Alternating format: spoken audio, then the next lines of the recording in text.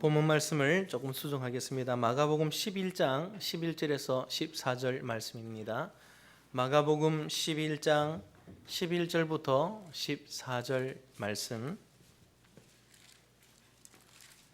11절에서 14절까지 말씀입니다. 한 절씩 교독하며 읽습니다. 예수께서 예루살렘에 이르러 성전에 들어가사 모든 것을 둘러보시고 때가 이미 저물매 12 제자를 데리시고 베다니에 나가시니라.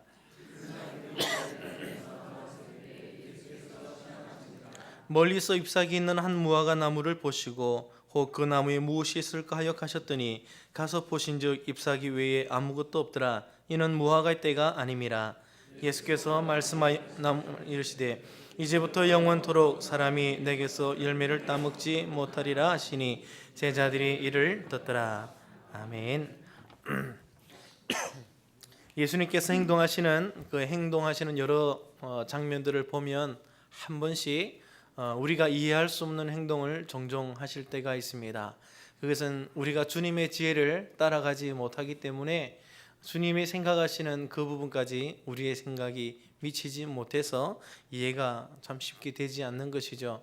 그러나 성경에 그 행동들이 기록되며 그 말씀들이 기록될 때에 우리가 그것을 묵상해 보면 정말 주님의 지혜가 얼마나 탁월한지, 또 무슨 의도에서 어떤 의미에서 그렇게 하셨는지 우리가 감동을 받게 되고, 또 그 모든 행동들 하나하나가 의미 없는 행동이 없으며 그 말씀 하나하나가 의미 없는 말씀이 없다는 것을 우리는 깨닫게 됩니다.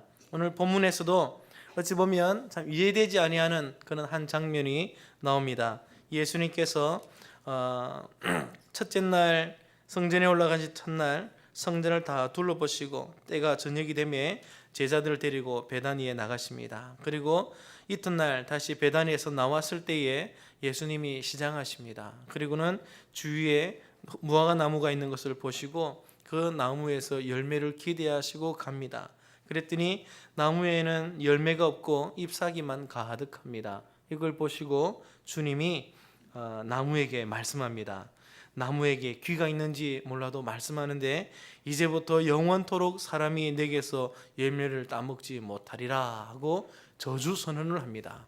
그래서 그리고 성전에 들어가고 난 뒤에 성전에서 정결 의식을 행하시죠. 정결하게 모든 상을 뒤엎으시고 장사한 사람들 내쫓고 그 일을 하시고 나중에 성전에서 나오시는데 20절 보시면 그들이 아침에 지나갈 때 무화과 나무가 뿌리채 마른 것을 보고 베드로가 어제 일들을 생각합니다. 그래서 물을 때에 예수님이 하나님을 믿으라 그러면서 기도에 대한 말씀을 하십니다. 자, 여기에서 우리가 참 어찌 보면 너무 좀 매정한 모습처럼 보이는 예수님의 한 모습을 발견하게 되는데, 그것은 무화과 나무에 가서 열매를 기대하셨는데 열매가 없는 모습을 보고 나무를 저주해서 나무가 하루 만에 그냥 말라서 죽어버린 것입니다.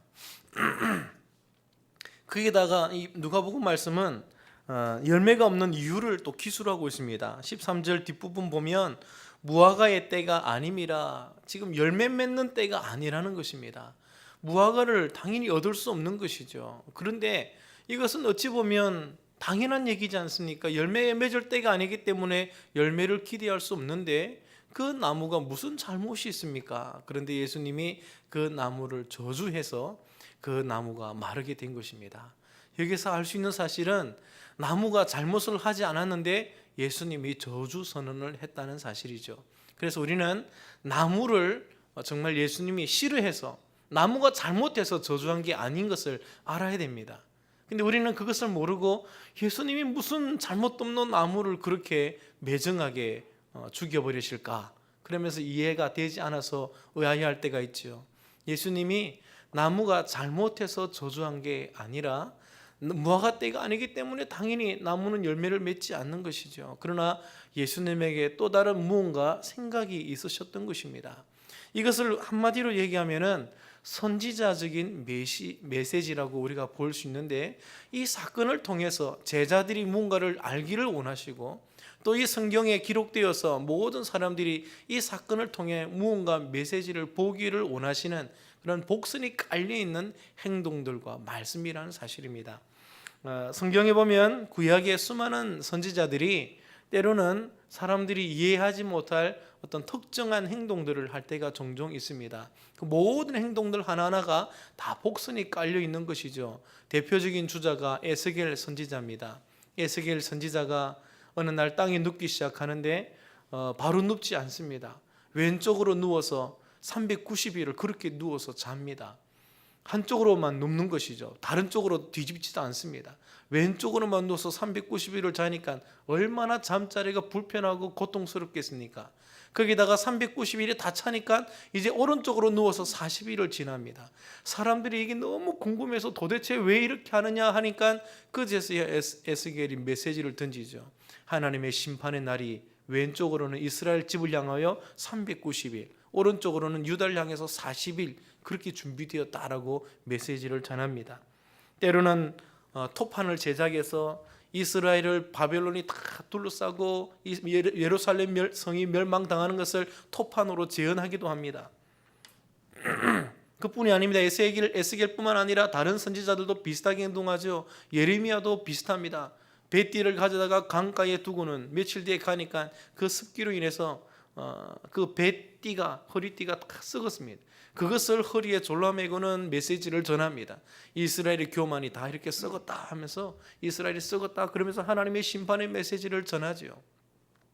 이런 선지자적인 그런 행동들, 이것이 정말 어찌 보면 바보 같은 행동들입니다. 이해가 되지 않고 상식에 맞지 아니하는 그런 행동들이지만 이런 행동들을 하는 이유가 그 속에 하나님이 하시고자 하는 메시지를 담았기 때문이죠. 메시지를 전하기 위해서 그런 행동들을 하는 것입니다. 심지어는 예레미야 그 32장을 보면요, 예루살렘이 바벨론에 둘러싸여 있을 때입니다. 심판이 임박할 때 이미 바벨론 군대가 예루살렘을 다 둘러싸고 이미 심판이 시작되고 있는 그 와중에 예레미야가 하나님의 음성을 듣습니다. 그것은 이제 사람들이 다 도망가고 나라를 빼앗길 지경이니까 그 땅을 누가 사겠습니까? 그런데 그 와중에 예레미야가 땅을 구입합니다. 아나도 땅을, 삼촌에게 가서 땅을 구입하죠.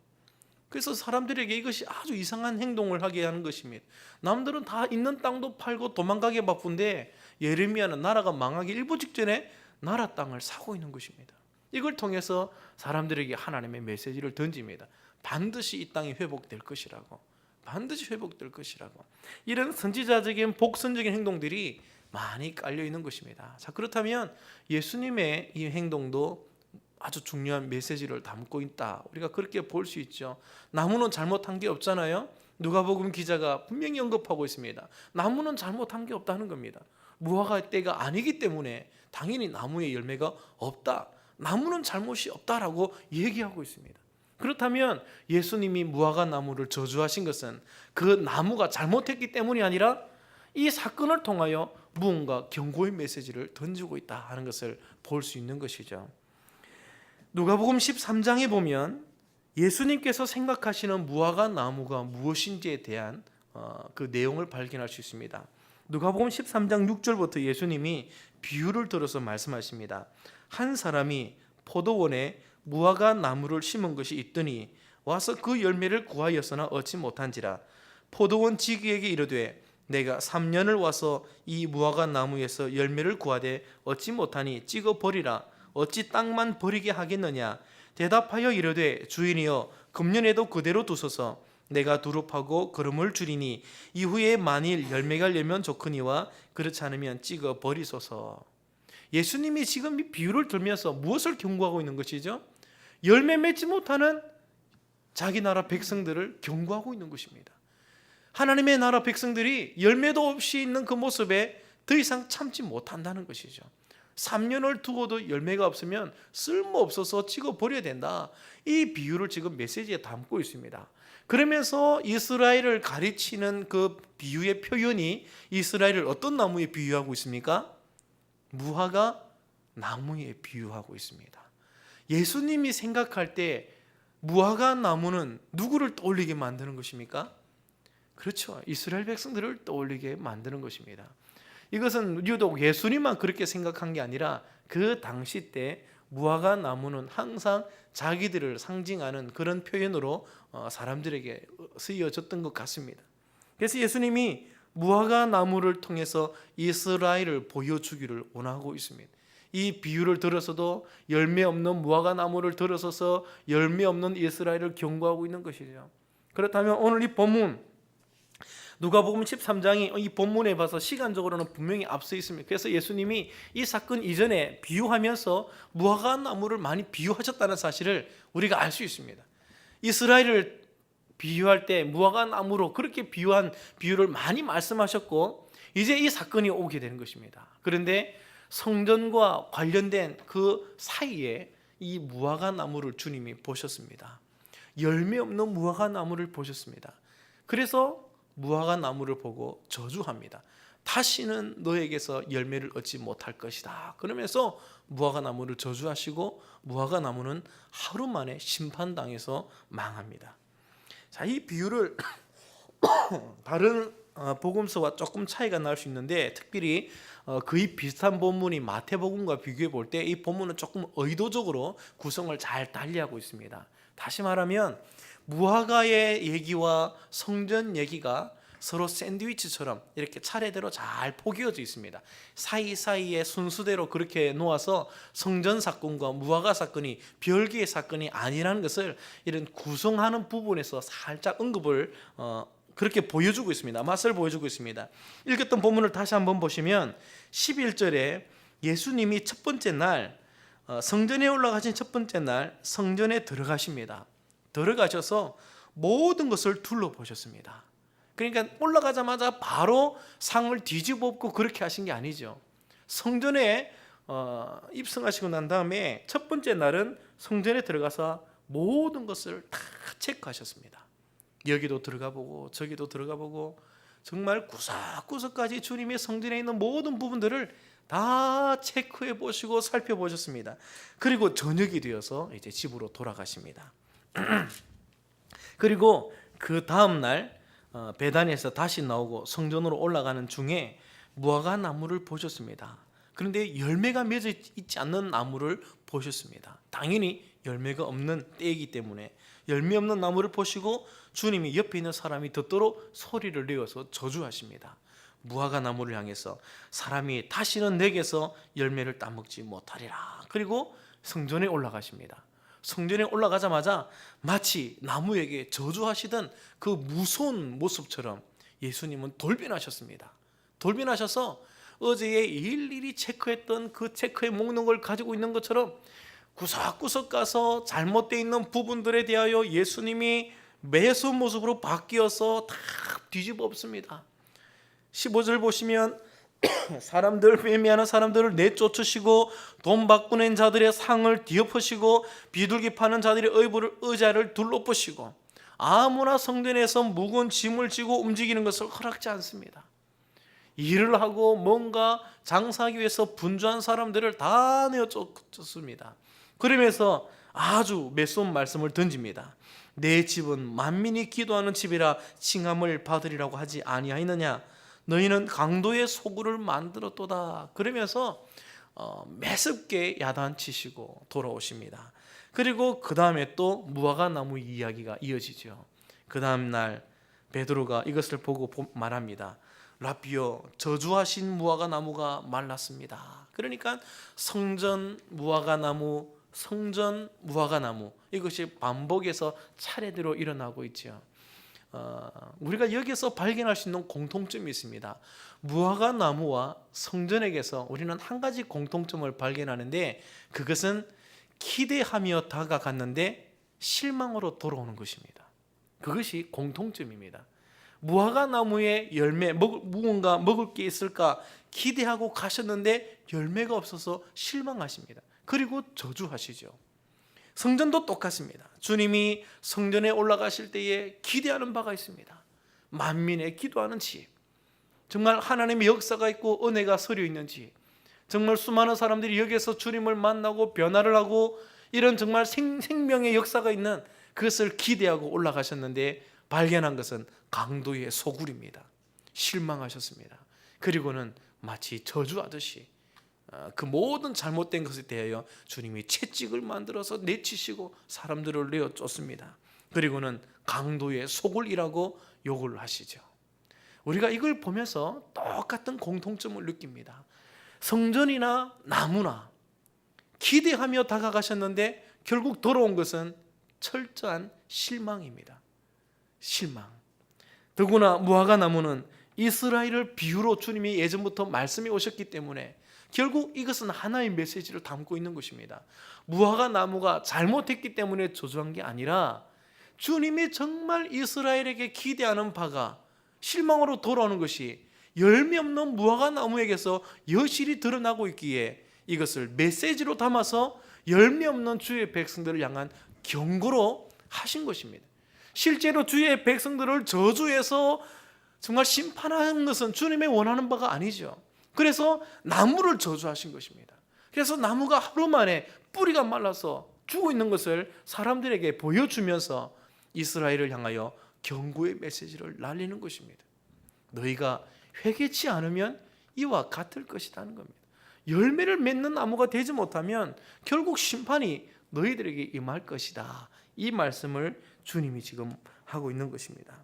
더구나 예수님의 이 말씀, 성전을 향해서 실망하면서 하신 이 말씀, 내 집은 만민의 기도하는 집이라 칭함받으라고 하지 않았느냐? 그런데 왜 너희들은 강도의 소굴로 만들었느냐? 그러면서 주님의 실망감을 감출 수가 없습니다.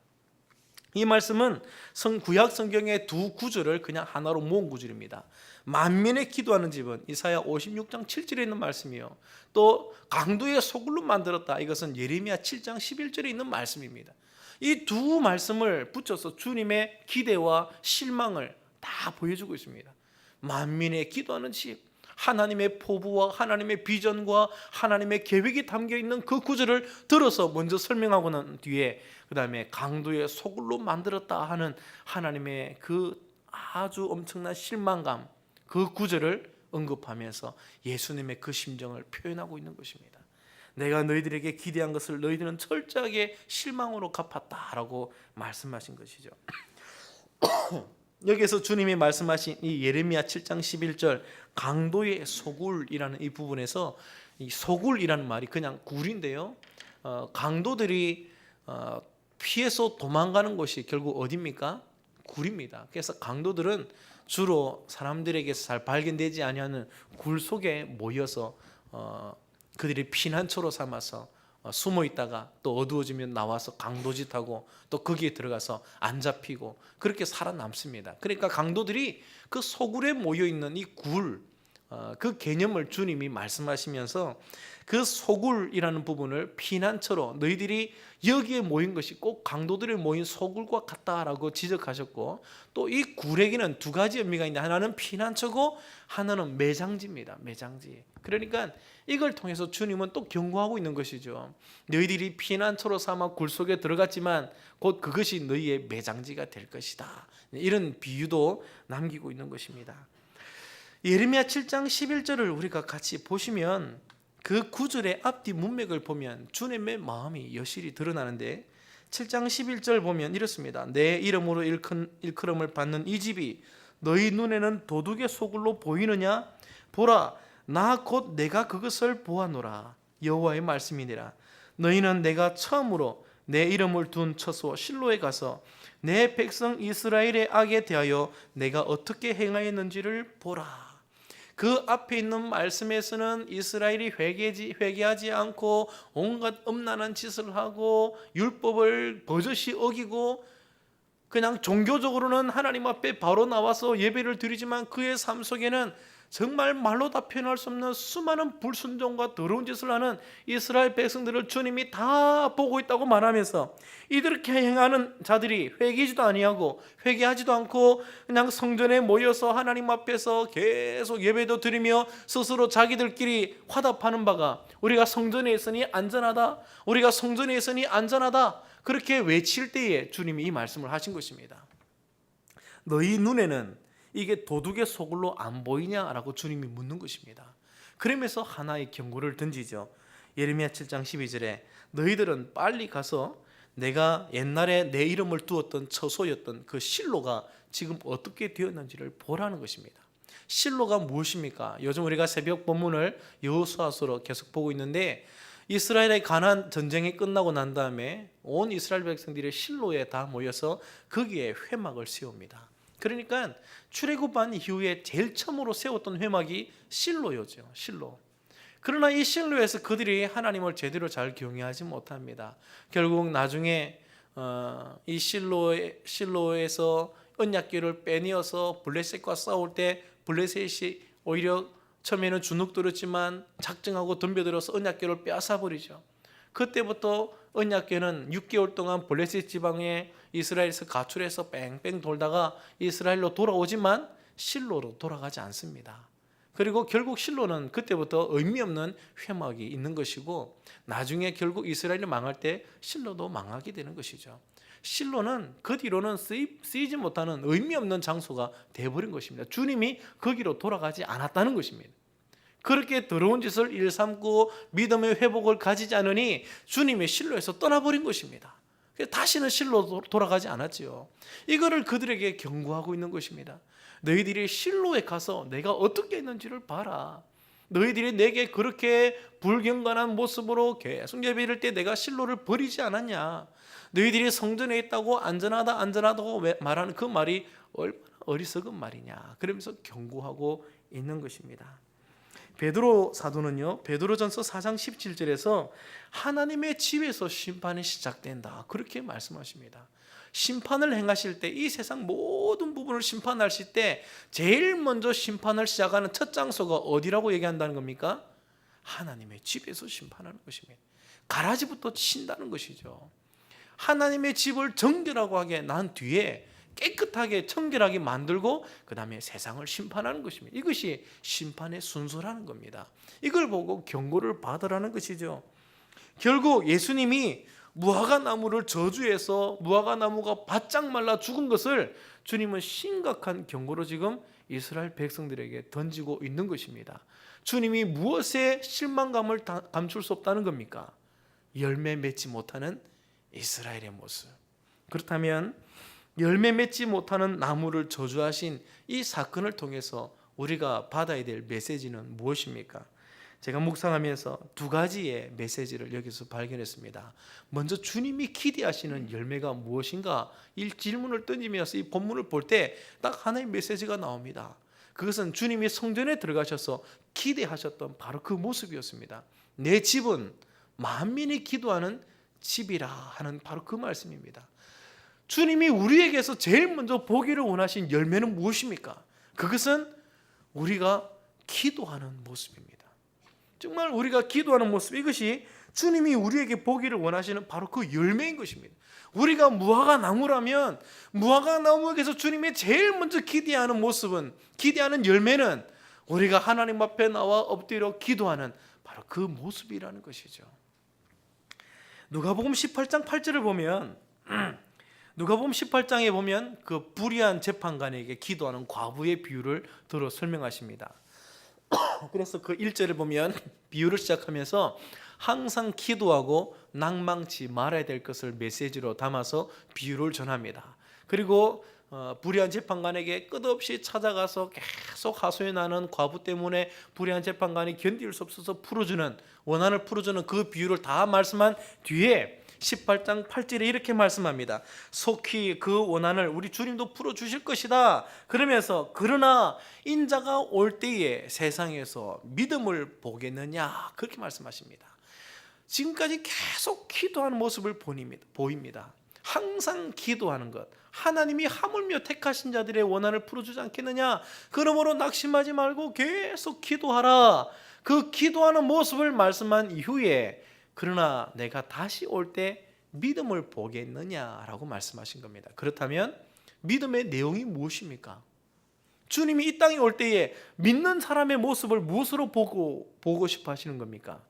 항상 기도하며 낭망치 않고 주님을 신뢰하고 기도의 자리에서 버티고 인내하고 그 기도의 자리에서 이기기 위해서 몸부림을 치는 그 모습을 보기를 원하시는 것이죠. 주님이 이 땅에 오실 때에 우리에게서 제일 먼저 보기를 원하시는 그 믿음의 모습이 교회 와서 예배당에 와서 남들이 보지 않아도 눈물을 흘리며 기도에 무릎을 꿇고 있는 그 모습에서 믿음을 보기를 원하시는 겁니다.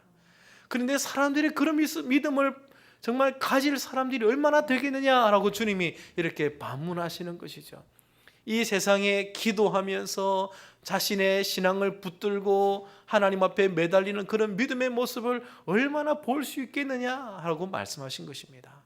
주님이 우리에게 보기를 원하시는 본질적인 열매는 우리가 하나님 앞에 나와 기도하는 모습입니다.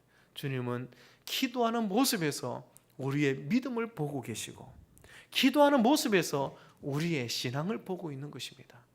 가만히 보시면 기도 안 하는 사람과 기도하는 사람에게는 분명한 차이가 존재합니다. 여러분도 한번 상식적으로 생각해 보십시오. 기도 안 하는 사람이 믿음이 좋습니까? 기도하는 사람이 믿음이 좋습니까? 그건 뭐 물어보나 말하죠. 기도하는 자가 기도하는 자가 믿음이 좋은 모습임을 우리는 다 알고 있습니다. 또 믿음이 좋아지면 기도하지 마라 그래도 우리는 기도합니다. 그러나 믿음이 약해지면 기도의 자리가 식고 기도의 자리에서 떠나게 되죠. 이게 참 아이러니합니다. 그래서 주님은 기도하는 모습과 믿음을 거의 같은 선상에 두고 보고 있습니다. 기도하는 모습, 믿음 있는 모습, 믿음의 모습, 기도하는 모습, 그렇게 보고 있죠. 더구나 이 예레미야 7장 11절에서도 주님이 말씀하는 이 도둑의 소굴 이런 부분을 할 때도 성전에 와서 하나님 앞에 진실로 예배하는 이 모습을 주님 보기 원할 때 결국 그들의 신앙과 결부시켜서 봅니다. 하나님 앞에서 진실하게 회개하는 모습이 없는 걸 보면서 주님은 한탄하시고 강도의 소굴이다 그렇게 말씀하고 있는 것이죠. 하나님은 기도하는 모습에서 이스라엘의 회개하는 모습, 이스라엘의 진실함, 이스라엘의 거룩함, 이스라엘의 청결, 성결, 이스라엘의 거룩, 이스라엘의 그 모든 신앙적인 요소를 기도하는 모습에서 발견하기를 원합니다. 기도하는 모습에서 그것을 또 보고 있습니다. 진실이 하나님을 붙들고 기도하는 모습에서 주님은 다양한 요소를 보고 있습니다. 믿음과 사랑과 소망과 정말 회개와 진실함, 하나님을 향한 그 목마름, 영적인 사모함, 이 모든 것을 기도하는 모습에서 다 보고 있는 것이죠. 그 모든 신앙의 요소가 기도에서 다 표현되어지고 있는 것입니다. 우리가 신앙이 식으면 기도가 달라지게 되어 있고, 신앙이 뜨거워지면 기도의 모습이 또 달라지게 되어 있습니다. 내 기도의 모습에서 모든 신앙의 요소가 다 표현되어지고 있습니다. 하늘을 향하여 소망을 크게 가질 때 그 사람은 기도를 통해 그걸 표현하고 있습니다. 이 세상에서 온갖 아픔과 상처를 받아도 그걸 믿음으로 참고 견딜 때 그 사람은 반드시 그걸 기도하면서 표현합니다. 주님이 다른 데서 볼 이유도 없죠. 우리가 어떻게 기도하는지만 보고 있어도 우리의 믿음이 어떠한지를 다 볼 수 있는 것입니다. 우리의 믿음의 상태, 믿음의 수준, 하나님을 얼마나 뜨겁게 사랑하는지 이런 모든 다양한 요소들을 기도하는 모습에서 주님은 보고 있는 것입니다.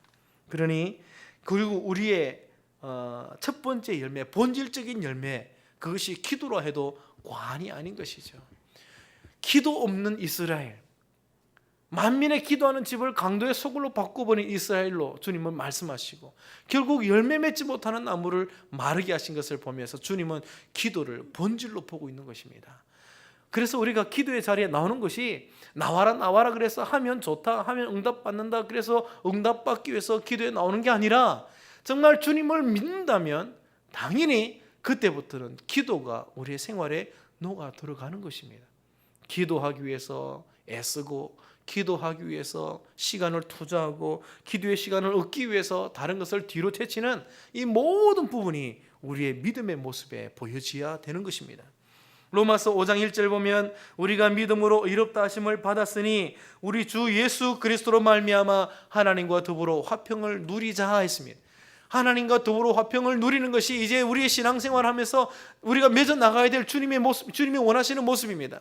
그렇다면 하나님과 화평을 누리는 모습이 도대체 무엇입니까? 이것이 결국 기도에서 표현되어야 되지 않습니까? 우리가 하나님을 뜨겁게 사랑하는 것을 어떻게 표현할 수 있습니까?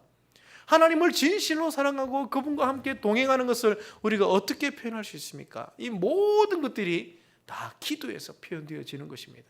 그러므로 기도가 없는 것은 결국 우리가 믿음이 없는 것을 주 앞에 보일 뿐인 것이죠. 주님이 우리에게 보기를 원하시는 열매는 기도의 열매인 것입니다. 그래서 우리는 기도의 시간을 더 많이 가지기 위해서 본질적으로 노력해야 됩니다.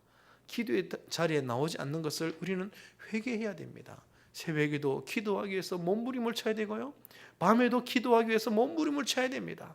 바쁘고 피곤한데 이 시간만큼 좀 봐주면 안 될까요? 라고 우리가 스스로 핑계하고 싶지만, 그래도 우리가 이겨내기 위해서 하나님이 우리에게서 기도하는 모습을 보기를 원하시기 때문에 우리는 어떻게 하든지 우리 교회에서 준비해서 나가는 이 모든 기도회에 적극적으로 참여하며 기도하는 사람이 되기 위해서 노력을 해야 된다는 사실입니다.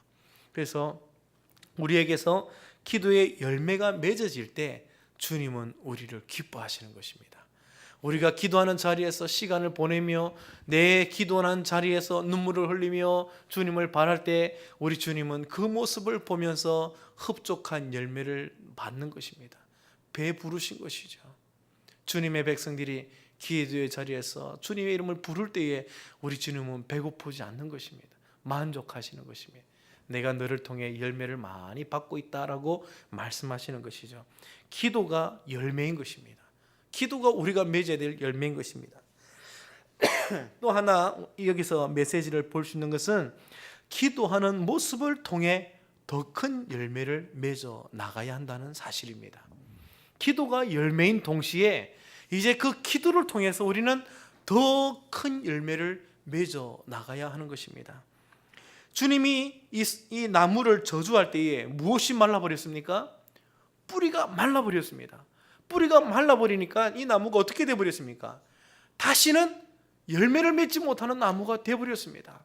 기도가 사라진 이스라엘 백성들은 뿌리가 마른 나무인 것입니다. 뿌리가 말라버린 나무로서 다시는 열매를 맺을 수 없게 되는 것입니다. 우리가 기도하지 않고 얻을 수 있는 게 도대체 무엇입니까? 우리가 하나님을 사랑한다고 하나님 앞에서 큰 일을 이루기 위해서 아무리 비전을 가지고 능력을 발휘하며 충성한다 할지라도 우리가 기도하지 않고 할 수 있는 게 도대체 무엇입니까? 기도하지 않고 맺을 수 있는 열매가 어디 있습니까? 없습니다. 이것을 예수님은 요한복음 15장 16절에서 잘 표현하고 있습니다. 너희가 나를 택한 것이 아니요 내가 너희를 택하여 세웠나니 이는 너희가 가서 열매를 맺게 하고 또 너희 열매가 항상 있게 하려고. 그 다음이 중요하죠. 너희가 가서 열매를 맺고 또 너희 열매가 항상 있게 하려고. 그 다음에 어떻게 한다는 것입니까? 내 이름으로 아버지께 무엇을 구하든지 다 받게 하려 함이라. 기도의 문을 열어 주었다는 것입니다. 너희의 삶 속에 끝없는 열매가 계속 있을 수 있도록 내가 무엇을 구하든지 다 받을 수 있도록 기도의 문을 활짝 열어놓았으니 내 이름으로 기도해서 열매 맺으라는 것입니다. 열매 맺어야 이게 주님의 백성이라는 것입니다. 그러므로 우리는 열매를 맺어야 됩니다. 무엇으로요? 기도를 통하여서. 먼저는 기도하는 모습이 하나님이 우리에게 기대하는 신앙의 열매입니다. 그래서 우리가 기도하는 모습을 통해 열매를 맺는 것입니다. 신앙의 본질적인 열매를 주 앞에 올리는 것이죠. 주님은 기도하는 모습을 통해 열매를 받습니다. 그러나 더 나아가서 이 기도에 열심을 내면 낼수록 우리는 기도를 통하여 또 다른 다양한 열매를 주 앞에서 맺을 수가 있습니다. 내 삶 속에 잘못된 것들 하나님 앞에 돌릴 수 있습니다. 수많은 생명을 살릴 수 있습니다. 내 기도를 통하여 교회가 살아납니다. 내 기도를 통하여 내 가정이 살아납니다. 내 기도를 통하여 수많은 사람이 주님을 만나고 돌아옵니다. 내 기도를 통하여 민족이 주 앞에 돌아오게 되고 세계가 주 앞에 돌아오게 될 수 있습니다. 얼마나 멋진 일입니까? 기도를 통하여 주님은 수많은 다양한 열매를 맺게 하기를 원하고 있습니다. 자, 이거 본문을 보면서 10년 전에 제가 보았던 어떤 잡지 한 그 글이 생각이 났습니다. 일본에서 농업 박람회가 있었습니다. 그 농업 박람회에 아주 농업에 대한 새로운 신기술들이 많이 이렇게 소개되었는데 그 중에 하나가 기억이 났습니다. 그것은 토마토 나무에 대한 신기술인데요. 구체적으로 어떤 기술이었는지는 기억이 나지 않지만 그 마지막 결론이 이 기술 때문에 영양분을 주면 줄수록 이 나무는 보통 토마토 나무에 대하여 비해서 1500배의 열매를 맺는다는 것입니다. 그게 신기술입니다. 어떤 기술인지는 기억이 안 나지만 영양분을 얼마나 주느냐에 따라서 제한 없이 열매를 맺는데 보통 나무에 몇 배 정도 맺는다고요?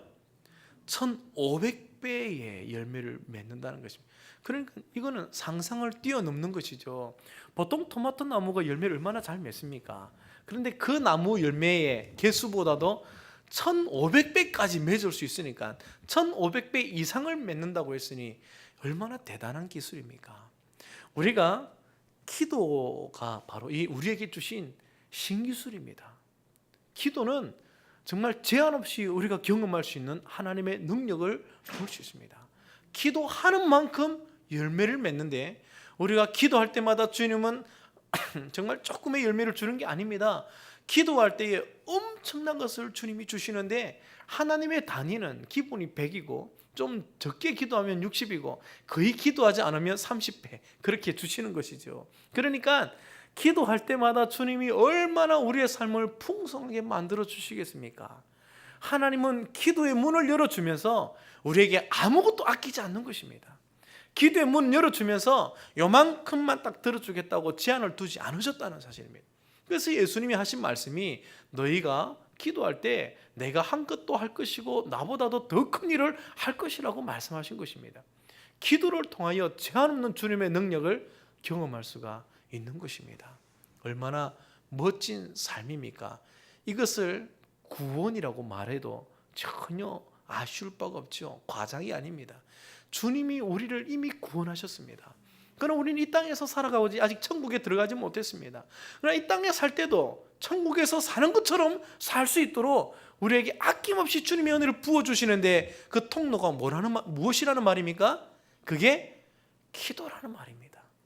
그러므로 열매가 항상 있을 수 있도록 우리가 어디로 가든지 열매를 맺고 항상 열매가 우리의 삶에 있게 하려고 주님은 기도의 문을 열어놓으셨다는 사실이죠. 그러므로 기도하는 인생이 얼마나 복된 인생이 되겠습니까? 세상 사람들은 말하지 않아도 자신의 그 문제를 놓고 기도하는데 정말 그들의 신을 향하여 정말 간절히 기도하는 모습을 보입니다. 목욕 재개를 다 하고 새벽 미명에 가서 물 한 그릇 떠놓고 나무를 향해 바위를 향해 또 돌을 향해 비나이다 비나이다 그러면서 절합니다. 듣지도 않는 그 돌나무를 향해서 그렇게 정성을 다 쏟습니다. 혹여나 조금이라도 불경스러울까 싶어서 그 앞에 절을 하기 전에 철저하게 자기를 돌아보고는 그 기도 생활을 이어나가는데, 그래서 우리가 살아계신 하나님 앞에 실제로 기도하면 들으시고 기도의 자리에 무릎을 꿇을 때 우리를 주목해 보실 그 살아계신 하나님 앞에 우리가 기도할 때도 그분이 마치 안 계신 것처럼 의미 없이 허공을 향해서 중언부언하다가 그냥 끝내버리는 그런 모습, 얼마나 하나님 보시기에 부끄럽습니까? 하나님은 우리에게 제한 없는 삶을 허락하고 있습니다. 예수 안에서 풍성한 삶을 이미 허락했습니다. 그게 기도로 다 이루어질 수 있습니다. 기도하는 만큼 이루어질 수 있습니다. 제한 없이 우리에게 응답을 주시는 것이죠. 그런데 우리는 기도를 힘들어하고 기도만큼은 좀 피하고 싶고 기도의 자리에 나오라는 것을 무거운 짐으로 여깁니다. 우리 목사님 왜 자꾸 기도에 나오라 그러나, 잠자고 싶은데 왜 자꾸 기도하라 그러나 그러며 힘들어하죠. 복을 다 차고 있습니다. 그렇죠? 아무리 맛있는 멋진 그런 음식들을 차려서 상을 후하게 차려도 밥상을 발로 차는 것과 똑같습니다. 우리 주님 마음이 얼마나 안타깝습니까? 기도의 열매를 보기를 원하셔서 우리가 기도하는 모습을 보기 위하여 우리를 만민의 기도하는 집으로 만들었습니다. 특히 이 만민의 기도하는 집이라 할 때 이사야 56장 말씀을 보면요, 그 구절 바로 앞에 주님은 그전에는 하나님 앞에 나오지 못했던 고자들, 이방인들, 그것을 일일이 언급하면서 고자들도 이제 열매 맺지 못한다 말하지 말라, 이방인들도 나는 마른 나무라 하지 말라, 그들이 이제 내 앞에 나와서 나의 은혜를 기뻐하고 즐거워하라, 그 말씀을 하면서 하시는 말씀이 바로 내 집은 만민의 기도하는 집이 될 것이다 라고 하신 말씀입니다. 그러므로 이 말씀이 얼마나 우리 주님이 기도하는 모습을 보기를 원하시는 모습입니까? 모든 만민이 옛날에 초대받지 못했던 그 열매 맺지 못했던 그 사람들이 다 하나님의 성산 주님의 집으로 다 모여들어서 함께 주님의 이름을 부르며 기도하는 이 모습이 주님이 얼마나 오래전부터 보기를 원하셨던 모습입니까? 주님이 오늘 이 시간에 오셔도 우리에게 보기를 원하는 모습은 이 자리에 다 앉아서 주의 이름을 부르며 많은 물소리처럼 하나님의 보좌를 흔드는 그 기도의 소리, 그것을 주님이 원하는 것입니다. 예수님이 제자들에게 주의 능력이 비올 때까지 이 성을 떠나지 말고 기다려라 그랬습니다. 그래서 제자들이 그때부터 다락방에 모여서 기도하기 시작합니다. 120문도가 모여서 열심히 기도할 때 우리 주님이 어느 자리에 임하셨습니까? 기도하며 뜨겁게 기도하는 그 기도의 자리 속에 주님이 영으로 충만함이 임하십니다. 그리고는 각 사람 머리에 불로 임하셔서 그 사람들에게서 방언이 터지며 온갖 복음의 역사들이 나타나도록 하셨습니다. 우리 주님이 얼마나 기도하는 모습을 보기를 원하셨으면 기도하는 자리에 임하셨겠습니까? 사도행전을 보면 그 뒤에도 기도할 때마다 주님의 영이 충만합니다. 기도할 때마다 주님이 그 자리에 임하십니다. 기도를 기뻐하시는 하나님, 우리가 이 말씀을 생각하면서 구원받았다라는 약속을 우리가 이 성경에서 받아도 여전히 기도하는 자리 나오지 않았어. 열매 맺지 못하는 무화과 나무처럼 주님이 저주하셨던 그 열매 없는 나무처럼 살아갈 게 아니라 이제 기도문이 활짝 열렸으니 주님이 우리에게서 오랫동안 참고 보기를 원하시며 기다리셨던 그 기도하는 모습을 주 앞에 보여드리고 그 다음에는 이 기도를 통하여 하나님이 한없이 열어놓으신 그 축복의 문을 우리가 걸어가면서 많은 은혜의 복들을 누려나가고 구원을 경험해 나가고 하나님과 화평하며 수많은 열매들이 내 삶에 주렁주렁 맺히는 것을 주 앞에 보여줄 수 있는 그런 믿음의 삶을 살아야 될 줄 믿습니다. 열매 없는 나무가 되지 마시고 열매 없는 나무가 되시기를 주의 이름으로 축복합니다. 기도하겠습니다.